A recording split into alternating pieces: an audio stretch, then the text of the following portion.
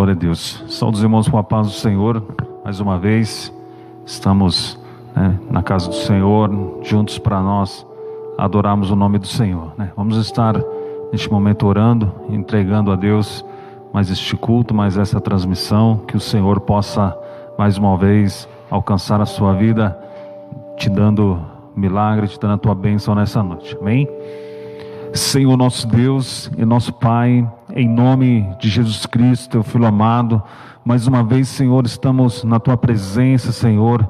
Te agradecemos a todas as bênçãos que o Senhor tem nos derramado. Te agradecemos, Pai, pela saúde, pela vida, pela oportunidade mais de poder estar, Senhor, neste momento na tua casa, adorando o teu nome, Deus. Que o Senhor venha mais uma vez nos abençoar, que as suas mãos neste momento possam estar estendidas sobre este lugar, sobre essa transmissão, sobre aqueles que estarão assistindo este culto nessa noite. Que o Senhor possa, Senhor, dar a bênção, que o Senhor possa curar, que o Senhor possa alcançar, Senhor, cada vida, cada necessidade, Senhor. Abençoa, Senhor, aqueles que estão enfermos, aqueles que estão em um leito de enfermidade, carente, ó Deus, de uma providência dos céus. Que o Senhor abençoe neste momento. Querido Deus, mais uma vez, esteja conosco, esteja repreendendo todo mal, todo impedimento, toda barreira, Deus, e que a sua glória mais uma vez possa se manifestar. Que o Senhor venha, Senhor, nos dar vitória, nos abençoar, em o nome de Jesus. Amém. Glória a Deus.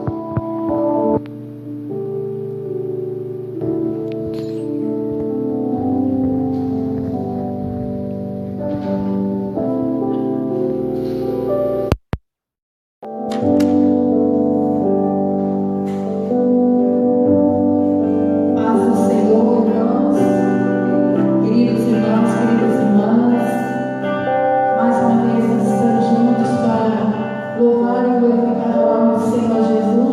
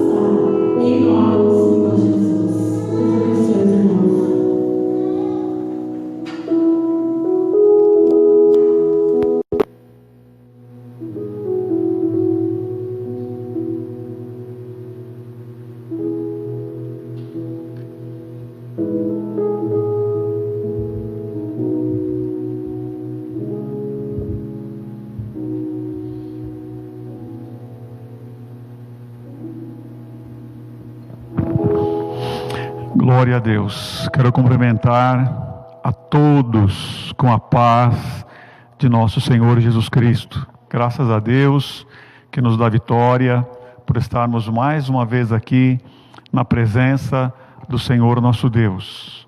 Nós louvamos a Deus pelo seu amor e pela sua bondade. Sabemos que pela provisão divina, sabemos que pelo cuidado divino, podemos estar mais uma vez aqui na presença do Senhor. Já tivemos um momento de oração, já tivemos um momento abençoado de louvor, e agora nós vamos para a ministração da palavra de Deus. Quero te convidar. A Bíblia diz que é para nós agirmos não como tendo domínio. Então eu quero te convidar para ter um momento de culto, para ter um momento de concentração, para ter um momento de dedicação à palavra de Deus. Nós procuramos fazer o nosso trabalho aqui das 7h30 até as 8h30 aos domingos, e na quinta-feira das 8 às 9. É 1 hora de trabalho que nós procuramos fazer com louvor, com a palavra de Deus, com os avisos. E eu quero te convidar agora para que se concentre, não fique entrando e saindo na página ou navegando, mas se concentre para que a palavra de Deus possa encontrar guarida na sua mente, no seu coração, nós possamos aplicar e não sermos ouvintes esquecidos. Vamos fazer então uma breve oração. Senhor Deus, invocamos o teu nome mais uma vez, te agradecemos pelo teu favor, pela tua bondade.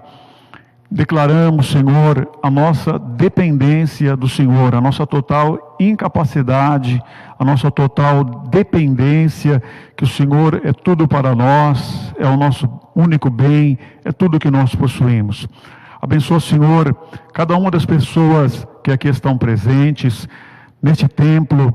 Abençoa, Senhor, aqueles que estão do outro lado, Senhor, participando agora, ouvindo, aqueles que ouvirão depois, os equipamentos. Nós te pedimos, Senhor, a tua bênção e a tua graça. Ó Deus de milagres, Deus de vitória, Deus que fala aos corações, como bem entende. Fala conosco nessa noite, abra a porta da palavra, é o que nós te pedimos, em nome de Jesus. Amém. Amém. Então, irmãos, graças a Deus, vamos passar então a meditação da palavra de Deus. Gostaria de fazer uma primeira leitura no Evangelho de Jesus conforme escreveu Lucas, capítulo 3, versículo 23, apenas, que diz assim: Ora, tinha Jesus cerca de 30 anos ao começar o seu ministério. Lucas capítulo 3, versículo 23. Então a palavra de Deus está declarando aqui que Jesus tinha cerca de 30 anos quando começou o ministério, quando se declarou ao mundo, quando começou a fazer os milagres, a pregar, a fazer a obra realmente que veio para fazer. E a Bíblia não declara muito o que Jesus fez, ela fala muito pouco do que Jesus fez até os 30 anos de idade. Então, o que Jesus fez até os 30 anos? Qual foi o trabalho que Jesus fez? O que Jesus, os 30 anos? O que a Bíblia diz é que nesse tempo Jesus cresceu. Em Lucas 2, capítulo 2 e versículo 40, a palavra de Deus diz que Jesus, que crescia o menino e se fortalecia, enchendo-se de sabedoria, e a graça de Deus estava sobre ele. Então, esse Lucas 2 e 40 está falando do momento em que Jesus tinha 12 anos de idade, quando ele foi ao templo, quando ele se desencontrou de seus pais. E depois, Lucas capítulo 2 e 52, já é uma transição do anonimato, do tempo de silêncio do Senhor, para quando ele se revelou, seriam 18 anos mais à frente. Lucas 2 e 52, fala assim: e crescia Jesus em sabedoria, estatura e graça, diante de Deus e dos homens. Então, no 2:40, com 12 anos, está dizendo, crescia o menino e se fortalecia. Lucas 2:52, com quase 30 anos, ou cerca de 30 anos, como diz a Bíblia, e crescia em sabedoria, estatura e graça diante de Deus e dos homens. Então, o que Jesus fez durante estes 30 anos, a Bíblia diz que foi crescer. Sabedoria, estatura, em graça, se fortalecia diante de Deus e se fortalecia diante dos homens. Porque a jornada que Jesus faria nestes 3 anos e meio, como nós entendemos, seria algo quase que acima dos limites humanos. Seria muito intenso. Os dias, as noites, as madrugadas, as emoções, o esforço físico, mental e espiritual. Então Jesus se preparou crescendo. Ele tinha uma jornada intensa. E a Bíblia diz que após ele ter recebido a morte de João Batista, Jesus estava na Galileia, e ele atravessou o lago da Galileia e foi para um local deserto para descansar um pouco. Embora todo o preparo, mas ele foi para descansar um pouco, quando ele recebeu a morte de João Batista. Mas a surpresa foi que quando Jesus chegou do outro lado do lago, que seria um local deserto, que seria um local vazio, o povo que viu Jesus partindo, correu, e quando Jesus chegou do outro lado, que seria deserto, como eu disse, já tinha uma grande multidão esperando o Senhor. Ele foi lá para descansar um pouco. Mas aí, Marcos capítulo 6 e versículo 31, diz assim: e ele lhes disse, Jesus lhes disse, vinde repousar um pouco à parte no local deserto.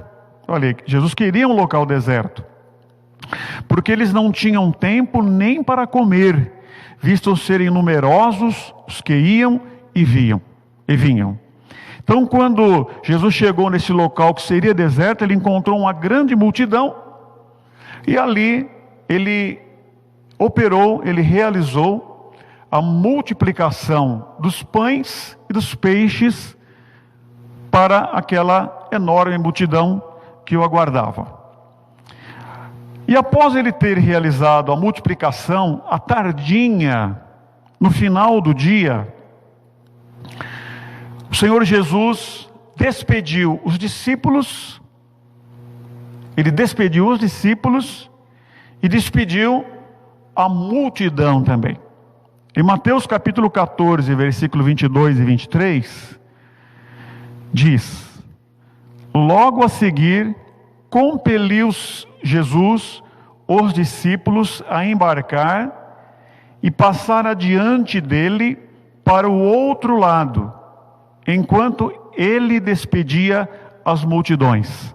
Então ele mandou os discípulos irem na frente e depois ficou só com a multidão. E despedidas as multidões, subiu ao monte a fim de orar sozinho. E caindo a tarde, lá estava ele só. Então as multidões voltaram. Os discípulos pegaram o barco, voltaram para o mar da Galileia, e Jesus ficou só, indo para o monte orar, e isto era já a parte da tarde. Por que Jesus agiu dessa forma dessa vez? Porque ele queria ficar um pouco só um momento de solidão, para ele poder orar, para ele poder descansar um pouco, e também para acalmar o alvoroço messiânico. Porque no mesmo episódio, em João capítulo 6 e versículo 15, está dito ali que o povo estava no pensamento de colocar Jesus como rei, de reconhecê-lo como rei. Então, para acalmar esse alvoroço messiânico, para que os discípulos não fossem envolvidos, o Senhor mandou com que eles já fossem embora. O Senhor Jesus diz em João capítulo 18, versículo 36, Jesus diz assim: disse-lhe Jesus, o meu reino não é deste mundo. Então, quando o povo que comeu o pão que Jesus multiplicou, comeu o peixe, não era este o reinado que Jesus estava trazendo, não era este o propósito do Senhor. Ele está dizendo, o meu reino não é deste mundo. Então Jesus sabia que aquele trono que queriam colocá-lo, não era o trono dele, não era do reino dele, não era para isso que ele tinha vindo. Então, a maior conquista humana que já houve nesse planeta, em todos os tempos, qual foi o ser humano que alcançou a maior conquista desde que a humanidade foi fundada? Qual a maior conquista humana de todos os tempos? É menor do que o menor gesto que agrada a Deus. Alguém que agrada a Deus com um pequenino gesto, conquistando mais em relação do que a maior conquista que já houve no reino deste mundo. Porque Jesus disse, o meu reino não é deste mundo. Então Jesus não quis, ele despediu. E está dizendo ainda que despediu os discípulos e despediu o povo também. Está dizendo ainda que em Marcos, no capítulo 6, versículo 47 e 48, quando que Jesus à tarde, e ao anoitecer, 6, 47 e 48, ao anoitecer, o barco estava no meio do mar, e Jesus se achava sozinho em terra, e viu os discípulos remando com dificuldade, porque o vento soprava contra eles. Então olha só, o que diz aqui a palavra de Deus. Jesus estava orando, despediu os discípulos à tarde, eles estavam no meio do mar, o vento era contrário, e Jesus viu os discípulos remando com dificuldade. Então era um momento em que eles estavam sem Jesus. Jesus despediu eles à tarde, à noite Jesus os viu remando com dificuldade e estava orando por eles. Era um momento que eles estavam no barco sem Jesus. Mas Mateus capítulo 14, versículo 25 diz: de madrugada Jesus foi até onde eles estavam andando sobre o mar. Então Jesus viu eles à noite, mas quando a gente estuda a Bíblia, quando a gente presta um pouquinho de atenção, nós vamos ver que Jesus foi a partir das 3 horas da manhã, na 4ª vigília da noite. Então, os discípulos ficaram lutando, no mínimo, 6 horas, com o vento contrário. Jesus orando, e Jesus vendo eles lá no meio do mar, com o vento contrário. Então era um momento de tempestade, era um momento de tensão, eles ficaram no mínimo 6 horas ali lutando. O que nós podemos entender aqui? As tempestades chegam na nossa vida, mesmo quando nós estamos no caminho da obediência. Jesus falou para eles: vão na frente. Então eles estavam em obediência, o Senhor estava vendo eles. Então, mesmo no caminho da obediência, chegou a tempestade na vida deles. É mais fácil para nós entendermos que quando nós estamos no caminho da obediência, nós vamos desfrutar dos jardins de Deus, dos jardins da vida. Nós vamos desfrutar da bonança. Mas o que houve aqui foi uma tempestade. Então, de fato, um dos maiores dramas da vida é nós entendermos pelo nosso lado. Um dos maiores dramas da vida é nós entendermos a demora. O Senhor viu os discípulos, esperou 6 horas para ir até eles, estava orando. Então, é uma das coisas difíceis. Mas veja bem, gente, o hino de número 126 da harpa cristã, ele tem lá uma estrofe que diz assim: os mais belos hinos e poesias foram escritos em tribulação, e do céu as lindas melodias se ouviram na escuridão. Então, é um drama realmente nós entendermos aquilo que nós chamamos de demora de Deus, mas não é? Os mais belos hinos e poesias se ouviram na escuridão. Continuando, Mateus capítulo 14, versículo 26 diz: os discípulos, porém, quer dizer, quando chegou de madrugada, Jesus foi ao encontro deles.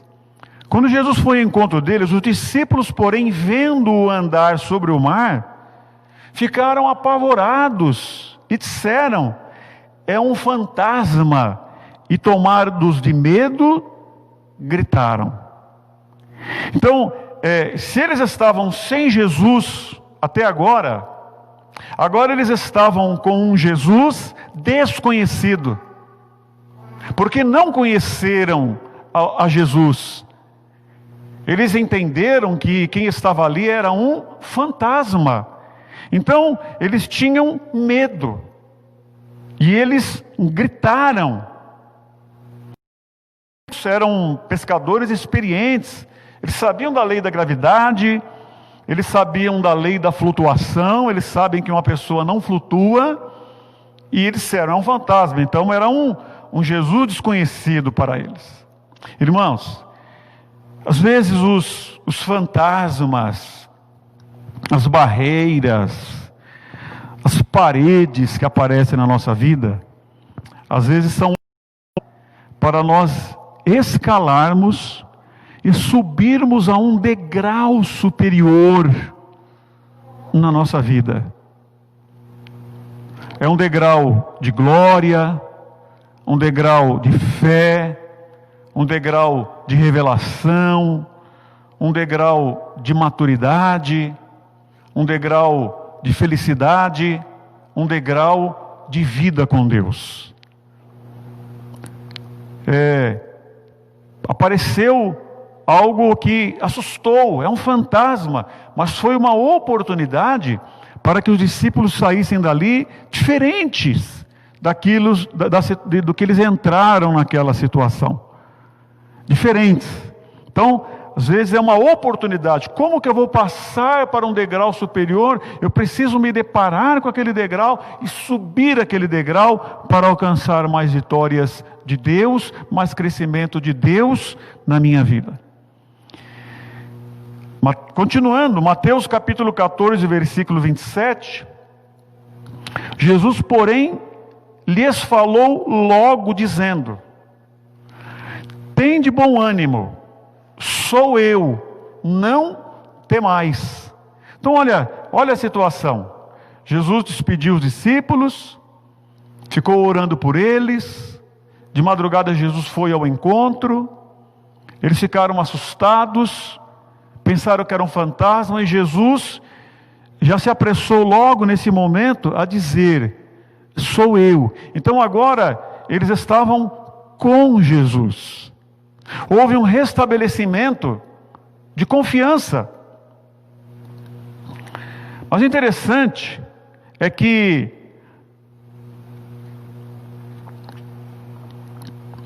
antes de Jesus acalmar a tempestade, Jesus acalmou os discípulos.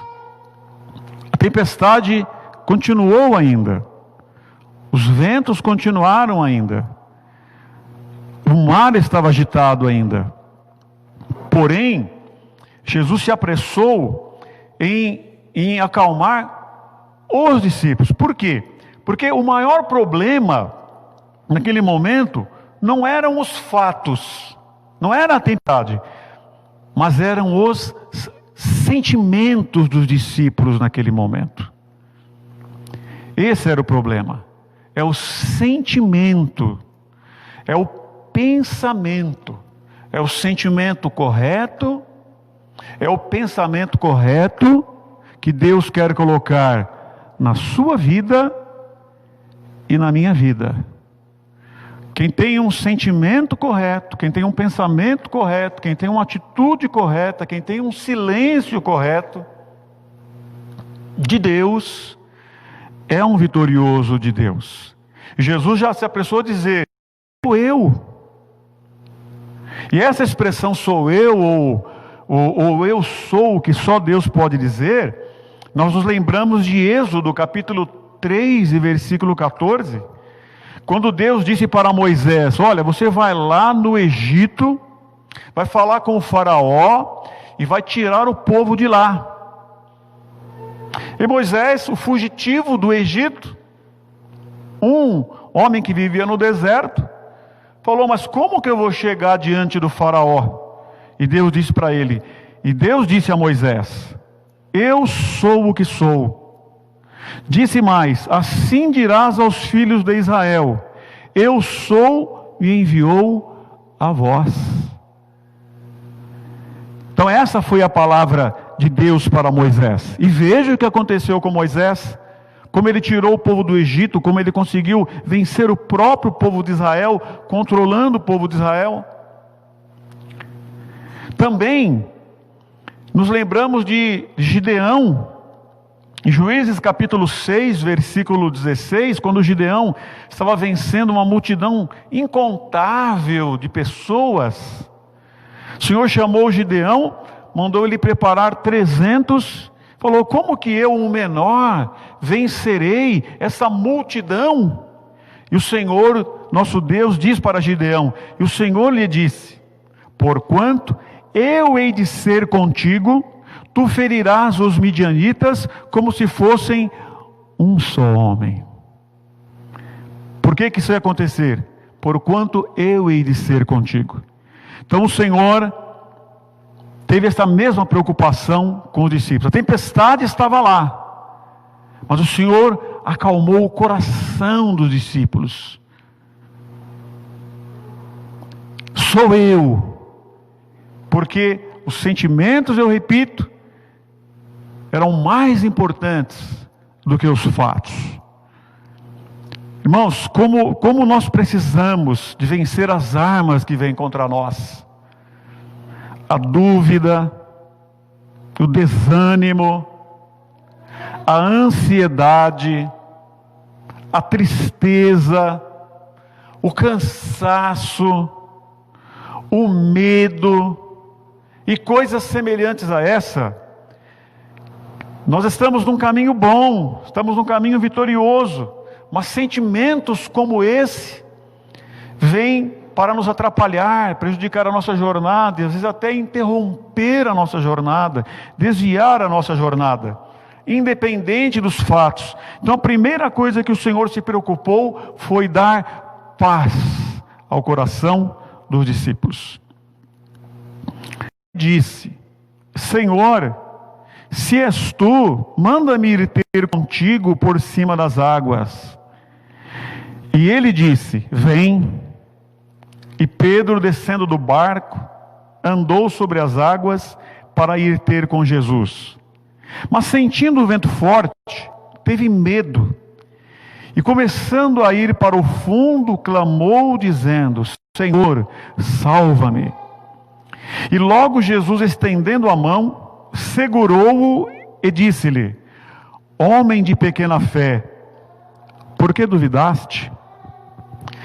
Bem, irmãos, por que Pedro quis ir ter com Jesus? Qual foi o motivo que Pedro quis ir ter, andar por sobre as águas? Será que Pedro queria não depender do barco e talvez caminhar até a praia? Será que Pedro não queria ter o perigo de afundar? Será que seria esse o pensamento? A Bíblia não diz. Mas o fato é que Pedro creu no Senhor. E ele se soltou do barco e foi para sobre as águas. Foi para sobre as águas. Em algumas situações da vida, irmãos, nós precisamos de ser igual um papagaio. Como é que o papagaio faz? O papagaio só solta o bico a hora que ele prende o pé. E depois ele só solta o pé a hora que ele põe o bico em outro lugar. Em algumas situações da vida é prudente que se faça isso daí. Agora, diante de Deus, a Bíblia fala que nós precisamos confiar em Deus. Ou se confia em Deus, ou não se confia em Deus. Nós precisamos de nos entregar ao Senhor nosso Deus, confiar nele. Por isso a necessidade de crescer, de amadurecer, se desenvolver, para aprender a lançar a ansiedade, para aprender a confiar no Senhor, a depender do Senhor. Não ficar sempre com aquela dúvida, sempre com aquela vírgula, sempre com aquela coisa secreta de não se entregar inteiramente ao nosso Deus. Paulo nos diz em 2 Coríntios capítulo 5, versículo 7, porque andamos por fé e não por vista. Então, quando Pedro precisou de sair do barco, deixar lá a borda do barco lá e ficar sobre as águas, ele precisou de realmente se entregar, né? E o hino da harpa também, o 467, que é conhecido acredito, de todos nós, nos diz assim: solta o cabo da nau, toma os remos na mão e navegas com fé em Jesus. Então tu verás que bonança se faz, pois com ele seguro serás. Então nós precisamos de realmente confiar em Deus. É isso que ensina a palavra do Senhor para nós. Pedro foi andar sobre as águas, viu o vento soprando, começou a afundar e a gente conhece a história. Mas eu quero perguntar para nós nessa noite, que estamos aqui ao vivo e posteriormente: e nós podemos andar sobre as águas?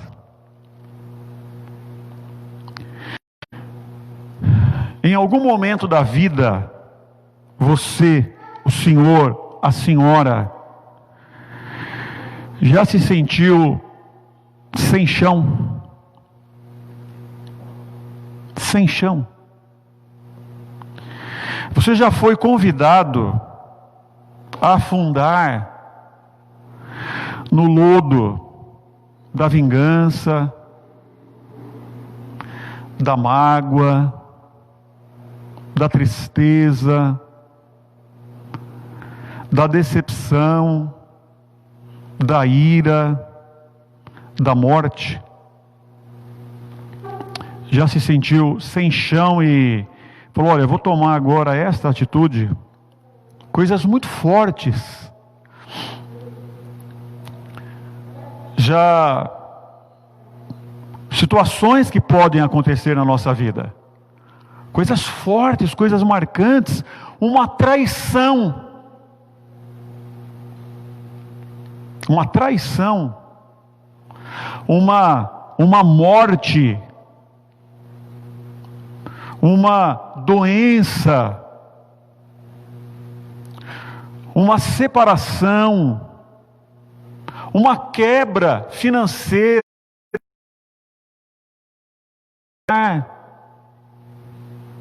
pecado, um grande pecado que possamos cometer, momento de muita dor, ou um momento de fracasso, olha, eu não consegui, e a gente realmente se sente sem chão, e fala, olha, eu vou me entregar para isso. E parece que nós vamos afundar diante dessa situação. Olha, nós da Igreja Brasil para Cristo, e todas as igrejas sérias, que valorizam, ensinam e pregam a palavra de Deus, não tem nenhum Shazam para te dar diante dessa situação. Não tem nenhum chá, não tem nenhum pó, não tem nenhuma água benzida, não tem nenhuma mágica para te oferecer diante de uma situação como essa. Pastor Paulo Lutero, filho do fundador dessa denominação, filho do missionário, num dos encontros da nossa denominação, é o que é, por aquilo que ele não fez. O Brasil para Cristo não abandonou e nem mercantilizou a palavra de Deus. Então o que nós podemos oferecer para dizer assim, como que quebrou o chão, como que nós vamos andar sobre as águas ou andar sobre o lodo que às vezes aparece debaixo de nós? Sabe que o que eu tenho para te oferecer, sabe o que uma igreja séria tem para te oferecer? Orientação, conselho, Bíblia, palavra de Deus, que é o poder de Deus. Então o que a palavra de Deus diz num momento como esse? A palavra de Deus fala de pessoas que naufragaram na fé. Então o que faz naufragar na fé não é quebrar o chão debaixo de nós. 1 Timóteo capítulo 1, versículo 19, está dizendo assim, conservando a fé e a boa consciência, rejeitando a qual alguns fizeram naufrágio na fé.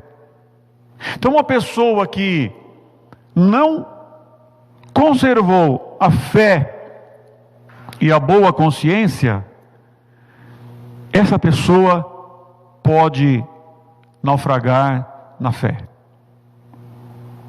O Salmo 84, versículo 5, diz assim, bem-aventurado o homem cuja força está em ti, e em cujo coração se encontram os caminhos aplanados. Então, boa fé, boa consciência, a força está em ti, e o coração, e no coração se encontram os caminhos aplanados.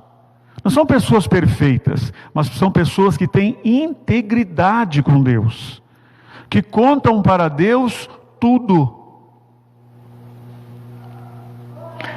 Jeremias capítulo 17, versículo 7 diz, bendito o homem que confia no Senhor e cuja esperança é o Senhor.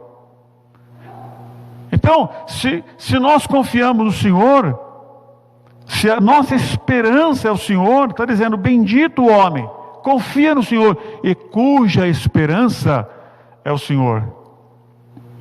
O Salmo 37, versículo 3, nos diz assim, bem,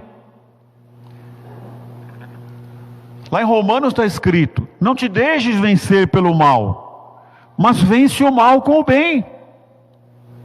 Então confia no Senhor e faze o bem. Habitarás na terra e verdadeiramente serás sustentado. verdadeiramente serás alimentado. O pão, não é só a água, é o alimento, é tudo aquilo que eu preciso para vencer. Era como se eu, parafraseando, dissesse: confia no Senhor e faz o bem, habitarás na terra e verdadeiramente andarás sobre as águas. Porque o Senhor, quando pensa que vem a tormenta, quando pensa que vem a dificuldade, que vai nos fazer perecer, não importa qual é o tamanho da adversidade, está dizendo aqui: verdadeiramente serás alimentado. O Senhor nos alimentará emocionalmente, o Senhor nos alimentará mentalmente, socialmente, o Senhor nos alimentará no que for necessário para nós prosseguirmos a nossa jornada e não naufragarmos na fé, não afundarmos. O Salmo 91, versículos 6 e 7: não tema a praga que se aproxima na escuridão, nem a calamidade que devasta ao meio-dia. Ainda que 1000 caiam ao teu lado pela praga, e 10.000 morram ao seu redor pela praga, mas diz a palavra: mas você não serás atingido. Glória a Deus. Então é isso que acontece com quem confia no Senhor. Está dizendo aqui a palavra de Deus: não serás atingido. Então, se nós não formos atingidos, nós não vamos afundar. Venha o que houver, haja o que vier, sei que estás comigo, diz o louvor. Então, a traição, a morte, a doença, a separação, a quebra, o pecado, a dor, o fracasso, seja o que for, quebrou o chão, mas não vai naufragar. Por quê? Porque está escrito: não serás atingido.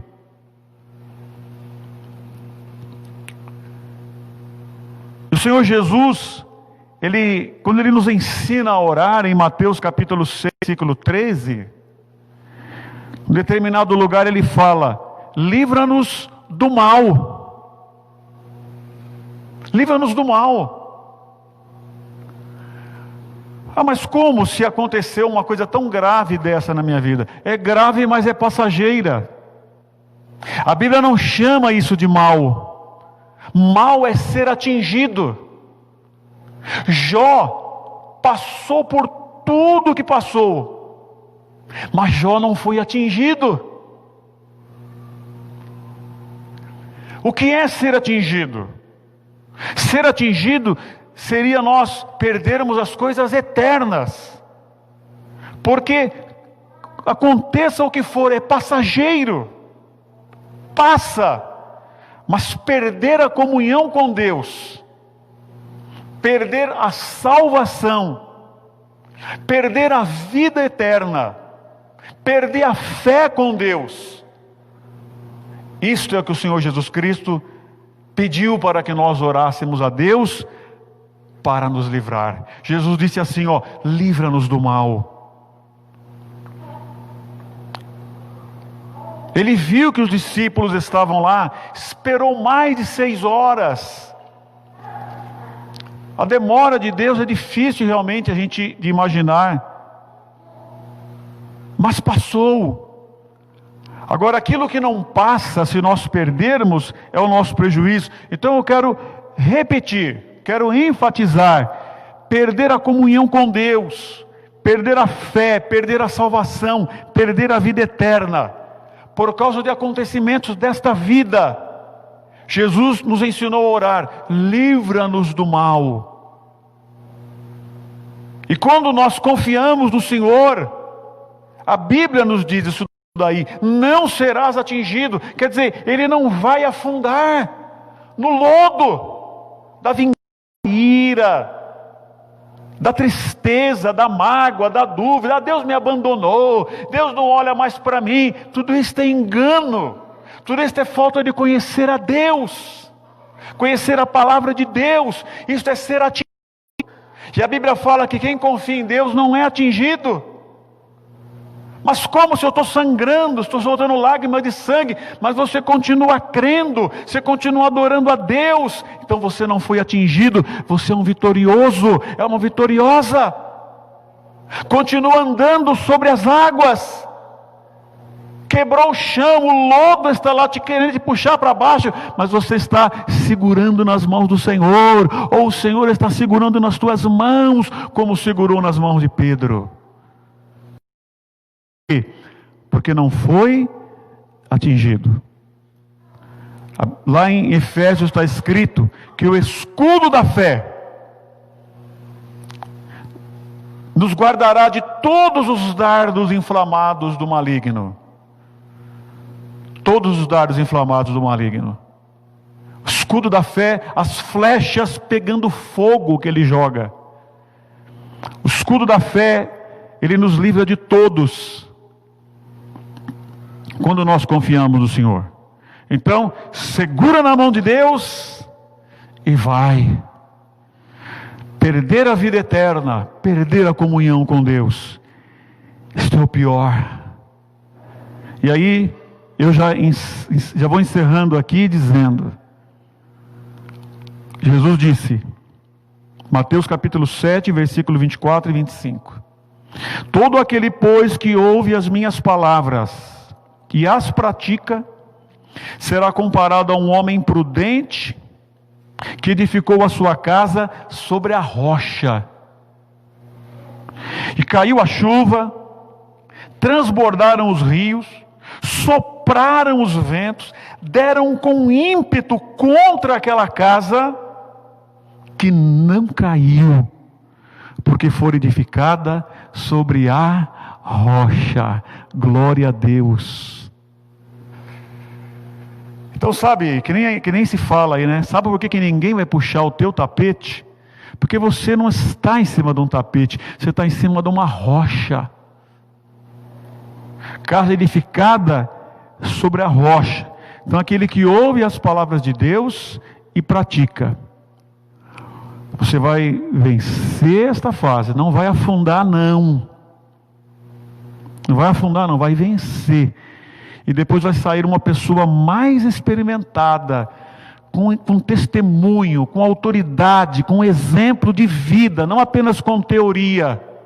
Vai ser uma pessoa prática, com cicatrizes na sua alma, no seu corpo, na Cristo. Vai sair vitorioso, vai sair experimentado para entender a fraqueza do próximo, para entender a necessidade do próximo. Vai sair cantando o hino de vitória, para ser mais experiente, mais maduro, para adorar melhor a Deus, para servir melhor a Deus.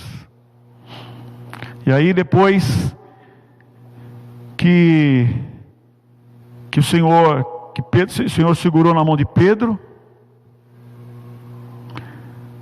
Pedro ia afundando, ele segurou, como segura na minha, na sua, na nossa. Então eles subiram para o barco, e aí que eu acabei de falar, e houve um momento de adoração. Mateus capítulo 14, 32 e 33, está dizendo assim, subindo ambos ao barco, quer dizer, Jesus e Pedro, cessou o vento. Está vendo? Jesus primeiro acalmou eles, depois cessou o vento. E os que estavam no barco o adoraram, dizendo, verdadeiramente és o Filho de Deus. Oh, glória a Jesus. Como é gostoso passar por um momento, não murmurar, não reclamar, e lá na frente a gente fala, meu Deus, graças a Deus, eu passei pela prova, e aí estavam dizendo aqui, adoraram, dizendo, verdadeiramente és o Filho de Deus. Eu já quero convidar o nosso abençoado Ministério de Louvor para se dirigir para cá, e encerrar dizendo, que em João capítulo 6, versículo 21, o mesmo texto, então eles de bom grado receberam e logo o barco chegou ao seu destino. Então os discípulos de bom grado receberam a Jesus, e o barco chegou ao destino. Sabe, fica com Jesus, que o barco vai chegar no destino, que a sua vida vai chegar no destino, que o plano, o propósito de Deus para nós chegará ao destino. Com Jesus, nós somos mais do que vencedores. Quem tem Jesus, tem tudo. Quem não tem Jesus, não tem nada. Queridos, vamos então valorizar a palavra de Deus e não ser ouvintes esquecidos, mas guardar, respeitar aquilo que Deus fala aos nossos corações. Vamos ter agora um momento de louvor. Amém. Thank you.